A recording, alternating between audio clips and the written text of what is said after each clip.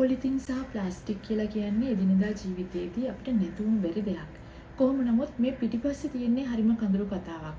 ඒ යථාර්ථයට ගියාම අපි දන්නවා අති විශාල පරිසර හානියක් සහ ජෛව පද්ධතීන්ට ඇතිවන බලපෑම හේතු කොටගෙන මේ නිෂ්පාදනයේදී වගේම පොලිතින් පාවිච්චියේදී සහ ප්‍රතිචක්‍රීකරණයේදී සහ බැහැර කිරීම කියන සියලු අවස්ථාවන් වලදී පරිසර දූෂණයට ලක්වන බව.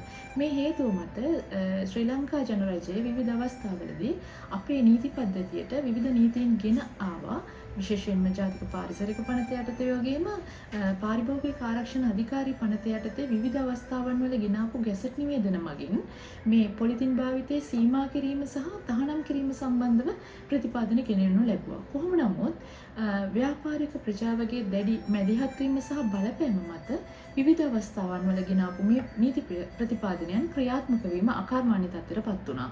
මේ හේතුව මත පරිසර යුක්ති කේන්ද්‍රය වර්ෂ 2021 දී තීරණය කළා මේ භාවිතය පොලිතින් භාවිතය සීමා කිරීම සම්බන්ධව අපිට කරන්න පුළුවන් මොකක්ද කියලා. එහිදී SCFR 220 ඇලයිරක් 21 කියන නඩුකරේ මගින් මේ සම්බන්ධව යම්කිසි ගාස්තුවක් පැනවීමට ඇති නීතිමය හැකියාව පිළිබඳව අපි අධිකරණයේ ඉදිරියේ ඉල්ලීමක් කරනු ලැබුවා. එහිදී වගඋත්තරකාර සියලු පාර්ශවයන් වෙනුවෙන් පෙනී සිටි නීතිපතිවරයා සහ පෙත්සම්කර පරිසර යුක්ති කේන්ද්‍රය අතර ඇති වූ සමත ප්‍රතිඵලයක් හැටියට ඔබ දන්නවා මේ අවස්ථාව වන විටත්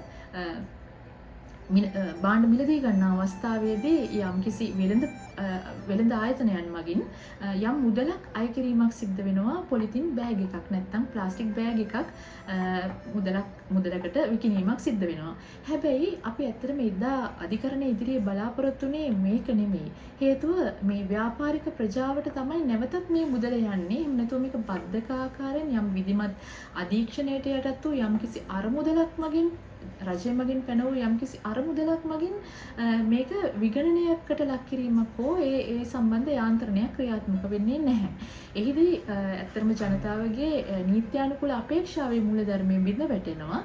අපි බලාපොරොත්තු වුණේ මේ යම්කිසි පරිසරය ආරක්ෂා කිරීම සම්බන්ධයෙන් වන යම්කිසි ගිණුමකට මේ මුදල් බැරවීමත් ඒකාබද්ධ අරමුදලකට බැරවීමත් ඒ මගින් යම්කිසි පරිසර ආරක්ෂණ කාර්යාවලියක් සඳහා ඒ මුදල් ක්‍රියාත්මක වීමත් ඒ වගේම එහෙම නැත්නම් යම් ඒ සම්බන්ධ කටයුත්තකට යෙදීම සම්බන්ධව රජයේ වගවීම.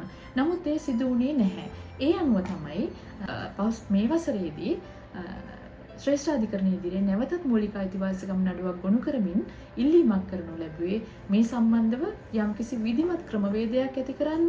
ඒ වගේම ප්ලාස්ටික් සහ මේ පොලිතින් බෑග් මිලදී ගන්න අවස්ථාවේදී මේ අය කරන මුදල රජය මගින් රජයේ විගණනයට ලක් කරන යම්කිසි ගිණුමකට බැරවෙන ආකාරය ඒකාබද්ධ අරමුදලකට බැරවෙන ආකාරය යම්කිසි විද්‍යාත්මක ක්‍රමවේදයකට අනුව මේ කටයුත්ත කරන්න කියන ඉල්ලීම කළේ. ඒ වගේම අප නැවතත් ඉල්ලීමක් කරා ඒ තමයි මේ ප්ලාස්ටික් පොලිතින් බෑග් සම්බන්ධව යම්කිසි විකල්ප හඳුන්වා දීමකට රජයේ අවධානය වහාම යොමු විය යුතු බව.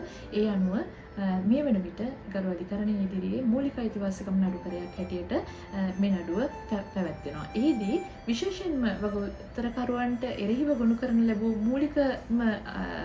මූලික වශයෙන් පෙත්සම්කරුවන් කියා හිටනු ලැබුවේ මේ යම්කිසි සෞඛ්‍යවත් පරිසරයක ජීවත් වීම සඳහා ජනතාවට තියෙන අයිතිය වගේම මේක අධිකරණ මේ වශයෙන් පිළිගත්තු අයිතිවාසිකමක් මූලික අයිතිවාසිකමක් ශ්‍රී ලංකාවේ ඒ වගේම ආණ්ඩුක්‍රම ව්‍යවස්ථාව මගින් මේ වෙන විට පිළි අරගෙන තියෙන 12.1 වගන්තිය යටතේ ජනතාවගේ මෙවැනි බදු පැනවීමක් මගින් පරිසරය ආරක්ෂා කිරීම සම්බන්ධව රජයේ අධිකාරියන්ට තියෙන පබ්ලික් ට්‍රස්ට් එකක් නැත්තම් මහජන භාරමය වගකීම ක්‍රියාත්මක කිරීම සම්බන්ධව මේ අධිකාරියන්ට තියෙන යුතුයකම ක්‍රියාත්මක කිරීම සඳහා ක්‍රියාත්මක කරවා ගැනීම සඳහා ජනතාවට තියෙන අයිතිවාසිකම තමයි මෙහිදී අපි ප්‍රශ්න කරනු ලැබුවේ. ඒ අනුව මේ වන විට ගරු අධිකරණයේ ඉදිරියේදී කරුණු තහවුරු කිරීමට නියමිත නඩුවක් වශයෙන් මේ දැනටත් ලයිස්තුගත වී තිබෙනවා.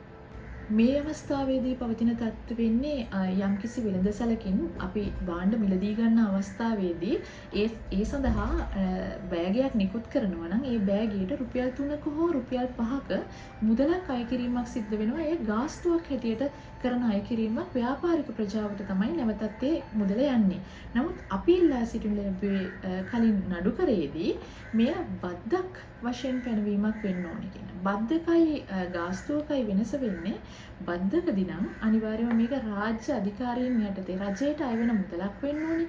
ඒ වගේම පොදු අරමුණක් සඳහා මේ යොදා ගැනීමක් සිද්ධ වෙන්න ඕනේ. ඒ වගේම පොදු නීතීන් වලට යටත්ව සහ පනවන ලද අනිවාර්ය අය කිරීමක් හැටියට මේක සලකා බැලීමක් සිද්ධ වෙනවා. නමුත් බද්දකින් වෙනස් වෙලා ගාස්තුවක් හැටියට අය කිරීමේදී මේ නැවත ව්‍යාපාරිකයන්ගේ අතට මුදලක් යෑමක් පමණයි සිදු වුනේ. එහිදී අපි බලාපොරොත්තු වෙන්නේ ඇත්තටම පරිසරය විනාශ වෙනවා නම් පරිසර දූෂණ කාරකයක් පරිසරය තුළ සංසරණය වෙනවා නම් ඒ සඳහා පරිසර ආරක්ෂණ ක්‍රමවේදයක් යටතේ ආරක්ෂණ ක්‍රමවේදයකට මේ යොදා ගැනීම සම්බන්ධව රජයේ වගවීම. ඒ සිදු නොවීම මත තමයි අප මේ දෙවන නඩුකරේ සඳහා ගියේ. අපි මොන නීතිය අරගෙන ආවත් ඒ නීතිය ක්‍රියාත්මක කිරීම සිදුවන්නේ ජනතාවගේ යහපත තකා නම් ජනතාව පැහැදිලිවම නීතිය සම්බන්ධව දැනුවත් වීම ප්‍රධානම කාරණාවක් වශයෙන් අපි සලකනවා. ඒ වගේම තමයි ඒ නීතියට ගරු කිරීම.